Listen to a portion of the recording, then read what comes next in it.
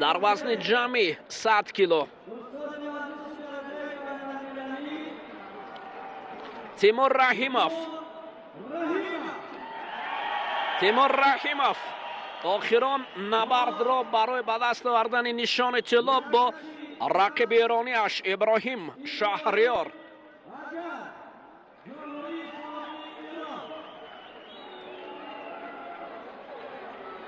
اکنون در وزن جمع 90 کیلو نبرد بهره به دست آوردن. این نبرد آخران است که میان پهلوانان سنگین وزن. تیمور رحیمов حالا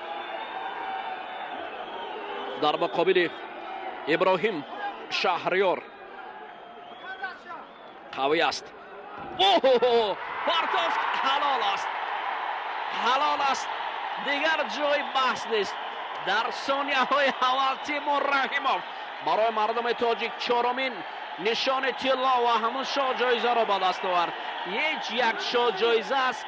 شهر دوشنبه دور نمی رود، در تاجیکستان باقی می ماند.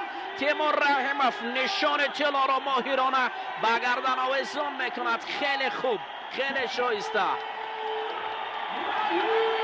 مبارک شود حسن. این چهارمین نشان است، نشان طلایی است که پهلوانان تاجیک ماهرانه به دست آوردند. انا این از قهرمانی در مسابقات بین المللی گشتنی ملی برای دریافت جام شهر دوشنبه. نبرد خیلی شایسته.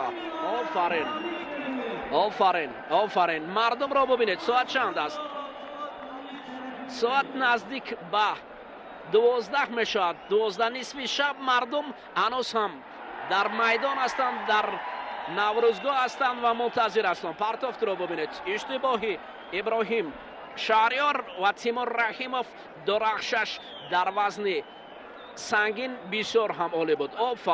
آفرین. همک رقص میکنه در لب میدان و این چهارمین نشان طلا و چهارمین جایزه پهلوانان تاجیک در گشتنی بین المللی، در مسابقات بین المللی گشتنی ملی تاجیک گشتنگیری برای دریافت جام شهر دوشنبه که مخلصان سرشمار را با هم جمع آورد.